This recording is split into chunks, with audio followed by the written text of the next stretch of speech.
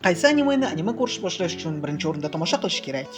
Birinchi navbatda o'zimni eng sevimli anime serialim Titanlar hujumini maslahat bergan bo'lardim. Bu yoqda sizlarga ham zo'r syujet, chuqur ma'no, kutilmagan burilishlar, yaxshi yozilgan personajlar, ajoyib musiqa va zo'r action bor. Lekin bu anime biroz uzunroq va bu serialdan olgan to'p taassuroti boshqa animelarni ko'rayotganda sal yuqori standartlarni yuzaga keltirishi mumkin. Undan tashqari Death Note, ya'ni o'lim daftarini ayta olaman. Top detektiv liniya, yaxshi syujet va master-klass darajasidagi protagonist va antagonist qarama-qarshiligi. Lekin afsuski animeni ikkinchi yarmi kuchsizroq va tomoshabinni zeriktirib qo'yishi mumkin. Demon Slayer ham sohibjamol animatsiyasi, nafis musiqasi va emotsional momentlar uchun maslahat berardim-u, lekin sal detskiy momentlar nabarot animedan uzoqlashtirishi mumkin. Bu holatda bitta zo'r, o'zim ham sevadigan anime serial bor. Jujutsu Kaisen yoxud Jodugarlar jangi. Shaxsan men uchun eng yaxshi action anime, super animatsiya, qahramonlarning qobiliyatlari qiziqarli, xarizmatik, esda qolarli va o'zaro dinamikasi yoqimli bo'lgan personajlar va jarangdor musiqa. Out va Death Note'dek chuqur ma'noli bo'lmasa ham, boylik uchun yaxshi syujet, kutilmagan burilishlar va ta'sirli emotsional momentlar bor. Eng birinchi anime uchun ideal tanlov. Top darajadagi attraksiondan mazza qilgandan so'ng, keyin bemalol Outga o'xshagan shedevrlarni boshlayversa bo'ladi. Timbolik o'tgan yilda 9-yanvardan 3-sezon chiqibdi.